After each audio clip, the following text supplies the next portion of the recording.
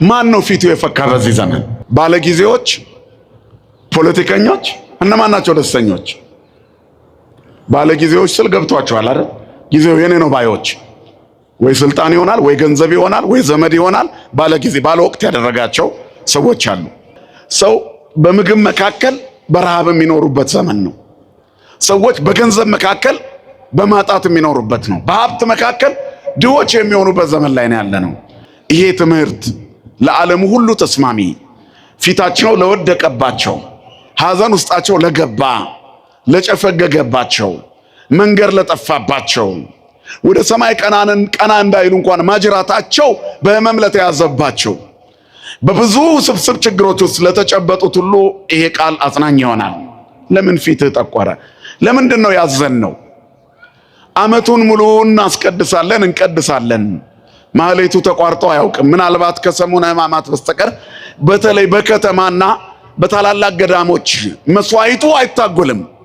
በዚህ ሁሉ መካከል ግን ጦርንና የጦርን ወሬ መስማት ሳናቆም ብዙ ዓመታት ተቆጥረዋል። በየቀኑ አሳዛኝ ነገሮች ብቻ ነው የምንሰማው። በየቀኑ ውስጣችን ከስሏል። ራሳችንን እንደብቃለን እንጂ ያላዘነ ሰው የለም።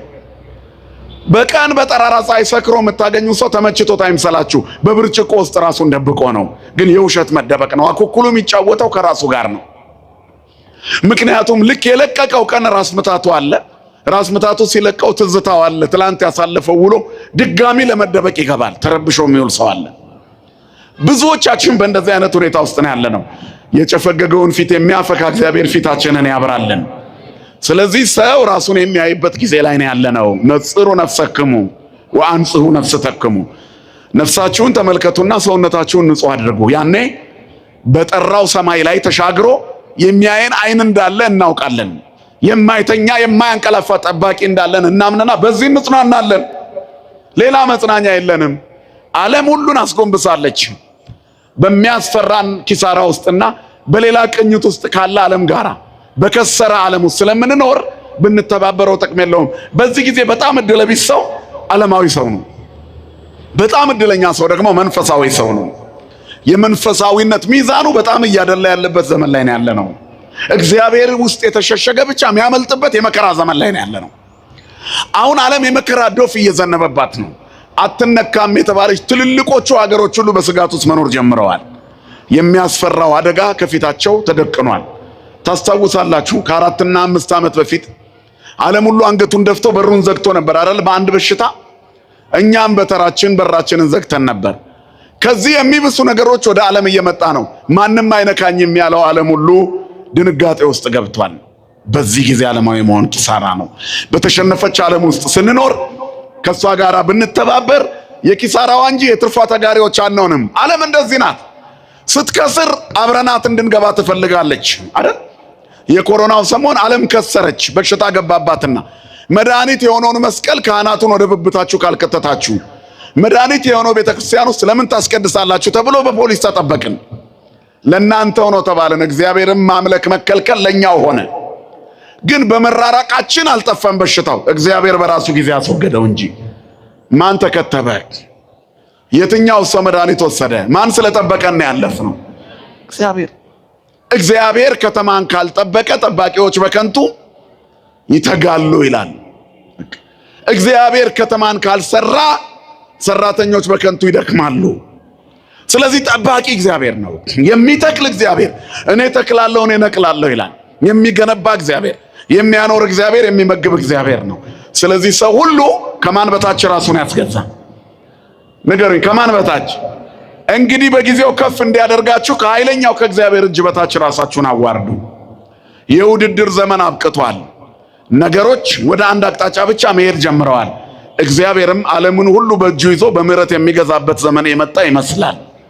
ምክንያቱም ሰዎች ራሳቸው ባመረቱት መርዝ እየተላለቁ ይገኛሉ። እኛ ግን አንተሳ አንተ ክም ብለን የተደገፍነው እግዚአብሔር የትኛውም ክፉ ዘመን ቢመጣ ያሻግረናል። አያሻግረንም? ያሻግረናል። ስለዚህ የጨፈገገውን ፊት የሚያፈካውን እግዚአብሔርን ተደገፉት። እንግዲህ በጊዜው ከፍ እንዲያደርጋችሁ ከኃይለኛው ከእግዚአብሔር እጅ በታች ራሳችሁን አዋርዱ። እርሱ ስለ እናንተ ያስባልና ይላል። የሚያስጨንቃችሁን በእርሱ ላይ ጣሉት። የሚያስጨንቃችሁን ሁሉ የትዳር ጭንቀታችሁን፣ የኑሮ ጭንቀታችሁን፣ የኑሮ ውድነት ጭንቀታችሁን፣ የማጣት ጭንቀታችሁን፣ የጤና ማጣት ጭንቀታችሁን፣ የፍትህ ማጣት ጭንቀታችሁን እግዚአብሔር ላይ ጣሉት።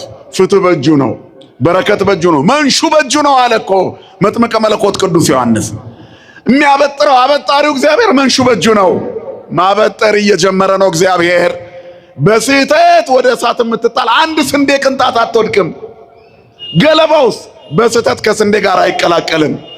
ራስን የመጠበቅ ከእግዚአብሔር ጋር የመሆን ከእግዚአብሔር እጅ በታች ራስን የማዋረድ ዘመን ነው። ስለዚህ የተወደዳቸው የእግዚአብሔር ቤተሰቦች ፊታችንን ወደ እግዚአብሔር ለመመለስ ሁላችንንም ያብቃን። አንተ ከየትኛው ወገን ነው ወንድሜ? አንቺስ ከየትኛው ወገን ነሽ? ከሚቆጩት በየትኛው?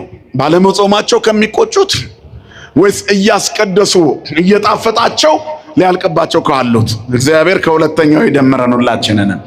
ጾም ይሄ ነው እንግዲህ መንፈሳዊ ሕይወቱ፣ መንፈሳዊ ማንነቱ ከእግዚአብሔር ጋር እያወሩ የሚኖሩበት፣ ሰማይ ተከፍቶ እኛና እግዚአብሔር የምንተያይበት ሕይወት እኮ ነው። አምላኬ ሆይ ስጋዊ ግዝፈቴ ምድራዊ ማግበስበሴ አልጠቀመኝም ብለን በመብላትና በተለያዩ ነገሮች የደለበ ሰውነታችንን ዝቅ የምናደርግበት መንገድ እኮ ነው። ጾም መክሳትና መጥቆር አይደለም፣ መፍካትና መለምለም እንጂ። ጾም እኮ አለመብላት አይደለም፣ ምግብ መቀየር እኮ ነው። ምስጋናን ምግብ ማድረግ፣ ምድራዊ እንጀራን በሰማያዊ እንጀራ መቀየር፣ ሕይወትን በሌላ ነገር መቀየር፣ በሚደንቅ ማንነት መቀየር፣ ውሎን በጣም በሚናፍቅ ሕይወት ውስጥ መቀየር፣ የሰማይን ሕይወት በምድር ላይ መለማመድ ማለት ነው። እና እንዴት ነው ልምምዱ? እናቶችና አባቶች፣ ወንድሞችና እህቶች ደስ ይላል። ጾም እንዴት ነው የሚለው ቃል እኮ ይሄ ነው። እንዴት ይዘዋል ጾሙ? እንደ ቸርነቱ አይደለም እንለው፣ ሳይገባን እኮ ነው የምንለው። እግዚአብሔር ስሙ የተመሰገነ ይሁን። ሩሩው አባት ደጉ ጌታ እኛን ፍለጋ መጥቶ የጾመውን ጾም እሱ በጾመው ልክ ሳይሆን እሱ በጾመው ቁጥር እንደ አቅማችን እየቆጠርን ነው። እሱ ከቆመ ሳይቀመጥ ከዘረጋ ሳያጥፍ ጾመ። እግዚአብሔር በፊቱ ስንቆም ሁላችንንም ባለበረከት ያደርገን። ታሪኩ የሚጀምረው እንደዚህ ነው። እግዚአብሔር በምድር ላይ 21ዱን ስነ ፍጥረታት ከፈጠረ በኋላ በዕለተ ዓርብ 22ኛውን ፍጥረት ፈጠረ። ዓለምን እምኀበ አልቦና ግብርም ግብር፣ ከኢምንት ወደ ምንት ከምንት ወደ ምንት ይላሉ። እምኀበ አልቦ አመጣው ሀበቦ፣ ከዚያ ግብርም ግብር፣ ካለመኖር ወደ መኖር አመጣው፣ ከተገኘው ደግሞ አስገኘው። እንደዚህ ይህንን የማስገኘት ሂደት ደግሞ በሶስት መንገድ ወይንም በሶስት መንገድ ሰራው። እሱም በአርምሞ በነቢብና በገቢር። በአርምሞ በዝምታ በቀዳሚ ገብረ እግዚአብሔር ሰማይ ወምድር ይላል። እግዚአብሔር ሰማይና ምድርን ፈጠረ። በነቢብ ደግሞ ለይኩን ብርሃን አለው፣ ቀኑን ብርሃን አለው፣ ሌሊቱን ጨለማውን ደግሞ ሌሊት አለው። እንዲህ እያለ ከፈለ። ግብርም ግብር ደግሞ ከምድር አፈር ሰውን ሰራ። ሰው በገቢር የተሰራ ነው። ተግባራዊ የእግዚአብሔር ፍጥረት ነው። ከፈጠራቸው ፍጥረታት መካከል በምክረ ሥላሴ ሰው ተፈጠረ። ንግበር ሰብአ በአርአያነ ወበአምሳሊነ፣ ሰውን እንደ መልካችንና እንደ ምሳሌያችን እንፍጠር። የሰማይን ወፎችን፣ የምድርን አራዊት፣ በባህር ውስጥ የሚንቀሳቀሰውን ፍጥረት ሁሉ ይግዙ አለ። እግዚአብሔርም የሰው ልጅን ሰራው፣ ፈጠረው። ወገብሮ እግዚአብሔር ለወልደ እጓለ እመሕያው በአምሳለ እግዚአብሔር ነው። እግዚአብሔር ሰውን በራሱ አምሳል ሰራው። ተባይተ ወአንስተ ገብሮሙ፣ ወንድና ሴት አደረጋቸው። ሰውን በምሳሌው ፈጠረ፣ ወንድና ሴት አደረጋቸው። ወባረኮሙ እግዚአብሔር ወይቤሎሙ ብዙኅ ወተባዝሑ ወምልኡ ዓለ ምድር፣ እግዚአብሔርም ባረካቸው፣ እንዲህም አላቸው ብዙ ተባዙ ምድርንም ሙሉአት አለ። ክብርና ምስጋና ለስሙ ይሁን። ምድር እንድትሞላ ተፈጠርን። በንጹሃን ሰዎች፣ በቆሸሹ ሰዎች ሳይሆን፣ መርዝ በሚያመርቱ ሰዎች አይደለም፣ ተካፍለው በሚመሉ ሰዎች፣ በሚበሉ ሰዎች ምድር እንድትሞላ እግዚአብሔር ፈጠረን። ስለዚህ ምድር እንድትሞላ ተፈጠርን። በግሳንግስ አይደለም፣ በምርጦቹ እግዚአብሔርን በሚመስል ፍጥረት ምድር ትሙላ አለ። ብዙ ወተባዝሑ ወምልኡ ዓለ ምድር፣ ብዙ ተባዙ ምድርንም ሙሏት አለ። እንደ ሰማይ ከዋክብት እንደ ምድር አሸዋ ምድሪቷ እንድትሞላ ሰውን ፈጠረ። የተፈጠረው ሰው ወደቀ። ከወደቀ በኋላ የወደቀው አዳም ሚስቱን ሔዋንን አወቀ። ያው የተናገረውን የማያስቀር እግዚአብሔር በዘር ባረካቸው። በዘር የተባረኩት የሰው ልጆች እርስ በራሳቸው መዋለድ ጀመሩ። አቤልና ቃየን ተወለዱ። የመጀመሪያው ቃየን ነው። ሉድና አቄልማ የሚባሉ ሁለት ሴቶች በመንታ አብረው ተወልደዋል። መጽሐፈ መቃብያን አዳምና ሔዋን የወለዷቸው የልጆች ቁጥር 60 ነው ይላል። ከ80 ያዱ መጽሐፍ ክፍል የሆነ መጽሐፈ መቃብያን። እንግዲህ በዚያ ዘመንም ረጅም ስለሆነ መውለድም ብዙ ነው፣ በረከትም ብዙ ነው። እግዚአብሔር ዘራችንን እንደ ሰማይ ከዋክብት እንደ ምድር አሸዋ ያብዛልን። እግዚአብሔር ሕዝቦቹን ሲያበዛ ደስ ይላል።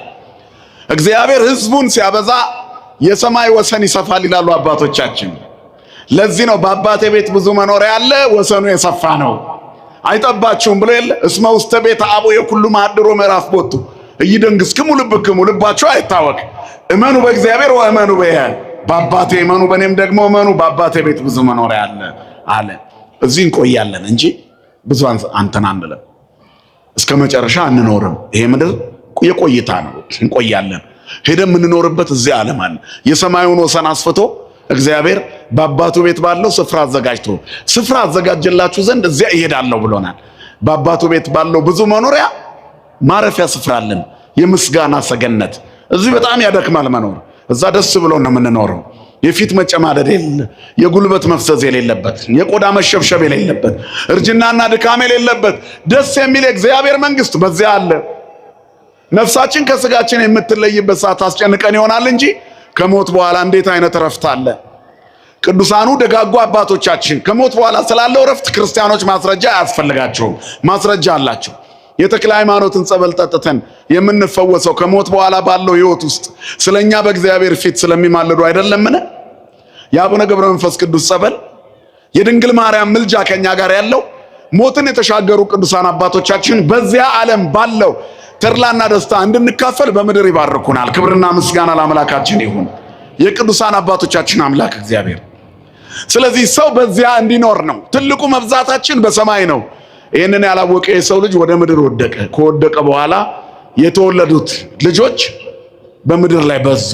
ስለበዙት ትተን ስለ ሁለቱ ስናወራ አቤልና ቃየን ወንድማማቾች ነበሩ። የወንዶቹ ታሪክ ጎልቶ ኦሪት ዘፍጥረት ላይ ይጻፋል። አንደኛው ኖላዊ አባግህ ሆነ፣ በጎች የሚጠብቅ የሚያረባ የሚጠብቅ ሆነ። ሁለተኛው መስተገብረ ምድር ሆነ፣ ምድርን የሚሰራባት በወዙ ለፍቶ የሚኖር። ሁለቱም ጥረግረ በወዝህ ብላ የሚለውን ህይወት መኖር ጀመሩ። አቤል ከብት አርቢ በግ አርቢ ሆነ፣ አርብቶ አደር ሆነ። ያኛው ደግሞ ቃየን አርሶ አደር ሆነ። የሚያስተምር እግዚአብሔር ከሁለቱም ፈለገ። በህይወት ውስጥ ትልቁ መምህር እግዚአብሔር ነው። ክርስቲያኖች እንደ እግዚአብሔር ያለ መምህር የለም። የዚህ ዓለም መምህራን በብዕርና በሰሌዳ ያስተምራሉ። በህይወት የሚያስተምር እግዚአብሔር ብቻ ነው። ክብርና ምስጋና ለስሙ ይሁን። እግዚአብሔር ሲያስተምረን ብቻ ልክ ነን። በኑሯችን ውስጥ ቀንና ሌሊት ከተፈራረቀ የማግኘትና የማጣት ምልክት ነው። ይሄን ወቁ። አንድ ሰው በህይወቱ ዛሬ 20 ዓመቴ ነው ካለ የኖረው 10 ቀን 10 ሌሊት ነው። ይሄን ታውቃላችሁ። ከዛ መካከል የቀን እንቅልፍ የሚያጠቃው ስንፍናም ካለበት ከዚያች ከ10ም ላይ ያባከነው ይኖራል። የሌሊቱ ሳያንሰው የቀኑንም ከተኛ። ሰው አጭር ህይወት ነው የሚኖረው። ምድር በጣም አጭር ናት። በህይወታችን የምንኖረት የምድር ህይወት የአዳም ትራፊ ናት። የሰው ልጅ እድሜው 70 ነው፣ ቢበዛ 80 ወመዓለ ዓመቲነ 70 ክራማት አይደል የሚለው። ለእመበዛ 80 የሙሴ ጸሎት ላይ መዝሙር 88 መዝሙረኛው ዳዊት የጻፈልን እድሜያችን 70 ነው፣ ቢበዛ 80 ወፍድፋዶ ነሰም ላጻማ ወህማም። ቢበዛ ከዚያ ቢያልፍ ድካም ነው። ድካም ከበዛበት ዓለም ይልቅ እረፍት ያለበት የአባታችን ቤት ሰፊው መኖሪያ አለ። ለዚያ ክብር ያብቃን መድኃኔዓለም። የመጣ ነው የተሰበሰብነው ደጅ የምንጠናው ለሰማዩ ርስት ነው፣ ለምድር አይደለም።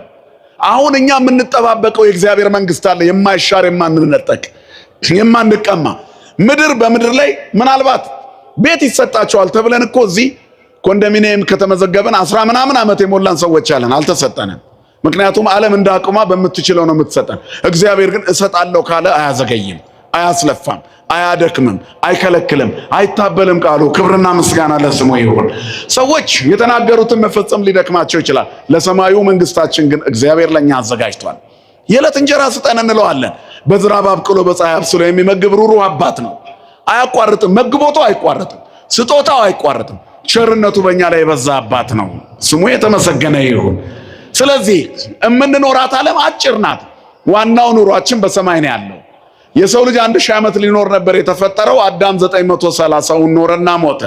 ከዛ የሰው ዕድሜ 70 ይሆናል። እግዚአብሔር ቢበዛ 80 ከዛ በተረፈ ድካም ነው ከዛ ያለፈ እድሜ ድካም ነው አለ። አያችሁ አዳም ያስተረፋትን 70 እንሻማባታለን። ከሷም ላይ ደግሞ ፊታችን እስኪጠቁር እርስ በራሳችን እንደ አቤልና ቃየል እየተናከስን አንዱ ሌላውን እየገደለ ሌላውን ጠልፎ እየጣለ በሐሰት እንኖርባታለን። ለአጭር ዘመን ረጅሙን የህይወት የዘላለማዊ ህይወታችንን የሚያሳጣ ኃጢአት ከመስራት መድኃኔዓለም ይጠብቀን። ስለዚህ በዚች አጭር ዘመን ውስጥ ሰዎች ሳይናከሱ መኖር እንዲችሉ ከእግዚአብሔር የተሰጣቸውና የተሰፈረላቸውን አሜን ብለው እንዲቀበሉ የተቀበሉትንም በረከት እያበዙ ለሌላው እንዲያስተርፉ የሚመከርበት ሳምንት ላይ ነው ያለነው። በአብይ ጾም ትልቁ ሳምንት፣ የቸርነት ሳምንት፣ የአገልጋይነት ሳምንት፣ የታዛዥነት ሳምንት፣ የመተሳሰብ ሳምንት፣ ለሌሎች አካፍለው የመስጠት ሳምንት፣ በበረከት የመመላለስ ሳምንት። እግዚአብሔር ሕይወታችንን በበረከት የተሞላ ያድርግልን። አስተማሪው እግዚአብሔር ከባረካቸው በኋላ የቃየልን ጎተራም ሞላ፣ የአቤልንም በረት ሞላ። አሁን ስጡኝ አላቸው። ከሰጠዋችሁ ላይ አስራቴን ስጡኝ አለ። እግዚአብሔር ሰጥቶ ይታዘባል እኮ። ማን ነው ከኛ መካከል አስራታችንን በትክክል የምናወጣው? እኔን ጨምሮ።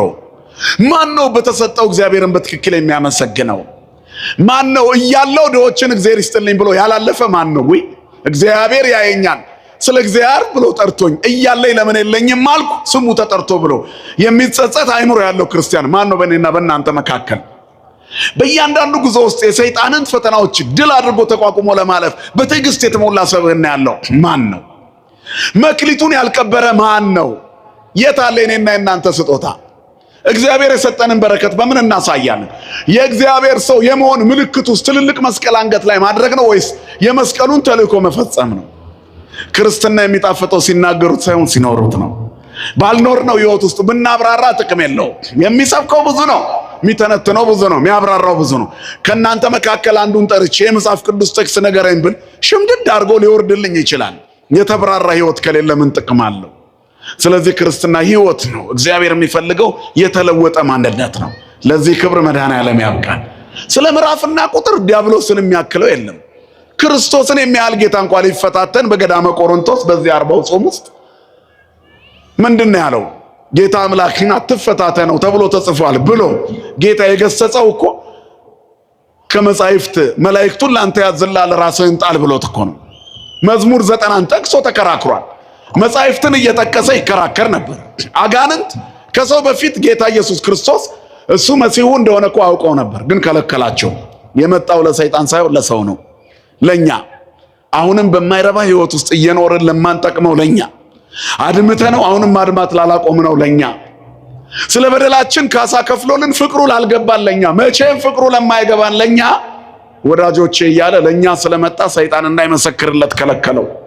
አጋንንትም እርሱ ክርስቶስ መሆኑን አውቀው ነበር፣ እንዳይናገሩ አፋቸውን ለጎመው ይላል። የተፈቀደላቸው የሰው ልጆች አልናገር ሲሉ የናዝሬቱ ኢየሱስ ሆይ ብለው አጋንንት መሰከሩ። እሱ ግን የመጣው ለሰው ልጆች ነው። የእነሱን አፍ ለጉሞ ሰዎች እንዲመሰክሩለት በርኅራኄ ራሱን ግልጽ አደረገ። ዓለም ግን አልመሰክርልህም አለችው። አስባችሁታል? አይሁድ የሆሳዕና ዕለት ሲገባ ሕፃናት ሲዘምሩ ሕፃናትን አቁሙ አለ። እነዚህም ዝም ቢሉ ድንጋዮች ይጮኻሉ አለ። ድንጋዮች መዘመር ጀመሩ። የሰው ልጅ ልብ ከድንጋይ ሲጠነክር ድንጋዮች ደግሞ ከሰው ልጅ ልብ የለሰለሱ ሆነው እግዚአብሔርን አመሰገኑት።